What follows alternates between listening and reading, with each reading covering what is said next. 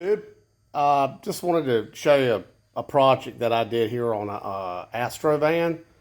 This is my daily driver service van, and just wanted to show what I did here. This, as you can see, is a LS swap 5.3 in this van, and it does move. And so it was quite a project. You have to remove the body. Luckily, I got a lift in my shop, and you got to drop the front subframe down, and that's the easiest way to work on these vans. I don't care if it had the V6 in it. So anyway, I use all pretty much salvage yard stuff. I put some rings in it, new bearings. I put a 6-liter cam because I had a good cam laying around out of a 6-liter. And that woke it up some, but not too much. Because like I said, I drive this every day. I got to have it idle good. I want good low end. And it has a ton of it. So I tuned it using HP tuners.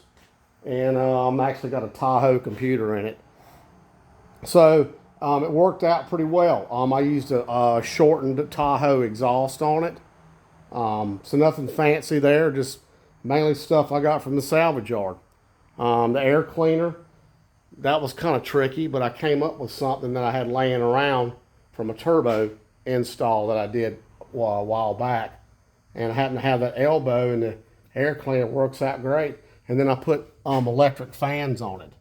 I got rid of all that shroud. These fans were great. They were out of a Chevy Traverse. So, and I was sitting there struggling trying to find some, and a friend of mine said, hey, I got some out of the Traverse that might work. Sure enough, they did. They fit great. So, and then of course you got to pin the ECU for it, and I put relays on there as well. You have to have the relays. You can't just connect the, well, I'm trying to find the word for it. Your load side of the fan, you have to have that go to the battery, and then you use your triggers on the relays from the VCU to turn the fans on. But the AC was tricky because I used the LS compressor on it. I don't know if you can see that. I need to get a gimbal on this phone because I'm trying to see. Yeah, there we go. Way down there. So I had to make a couple fittings, and I had to use these slip fittings that you can buy on Amazon. They worked, these where you crimp them on. So far, so good. It's not leaking, so that worked out well. And I put a new evaporator in it, but I used part of the old system, and I had to mate it with the new. The trickiest part was the AC condenser, getting them, because they're metric fittings, and that's what made it a pain in the butt. Because these fittings on these lines, this kit that you can buy, are standard thread.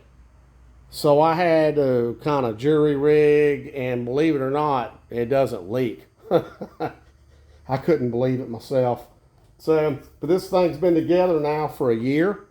I've been beating on it. I drive, like I said, I drive it every day, service calls, and this thing is strong. I've surprised a lot of trucks with this thing, with this van, and I've got it loaded. I got a lot of stuff in here. I couldn't imagine if I took the shelves out, because it's a work van,